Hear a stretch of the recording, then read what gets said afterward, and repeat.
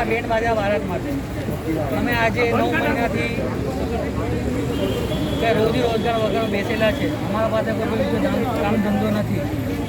સરકારને અમને નમ્ર વિનંતી છે કલેક્ટર સાહેબને કે અમારા માટે પણ બધું વિચારીએ અને અમારું પણ બધું કામકાજ ચાલુ કરે એવું પ્રસ્તાવ કરીએ.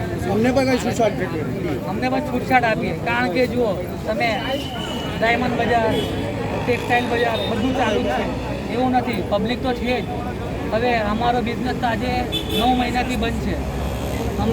હવે અમને આ બિઝનેસ વગર બીજું કંઈ આવતું નથી. આજે અમારો બગી ઘોડા, આજે અમારો એક ઘોડા પર અમારો 350-400 રૂપિયા સાફ સફાઈ સાથે ખાવાનો ખર્ચો છે. આજે અમે ક્યાંથી લાવવાના? આજે 9 મહિનાથી અમે બેરોજગાર બેસી. માંગ નહીં પૂરી થાય તો આગળ શું કરવાનું? અમારી માંગ પૂરી ના થાય તો અમે આ બધું રેલી નીકાળીશું, અમે વિરોધ કરીશું.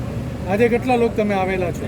આજે અમારા આખા સુરતના બધા ઘોડાગાડીવાળા, ઇવેન્ટવાળા, બેન્ડવાળા બધા જ અમે આવેલા છે. અને સરકારથી અપેક્ષા છે કે અમારી માંગ પૂરી કરે, અમને છૂટછાટ આપે ને અમને લગ્નની પરમિશન આપે.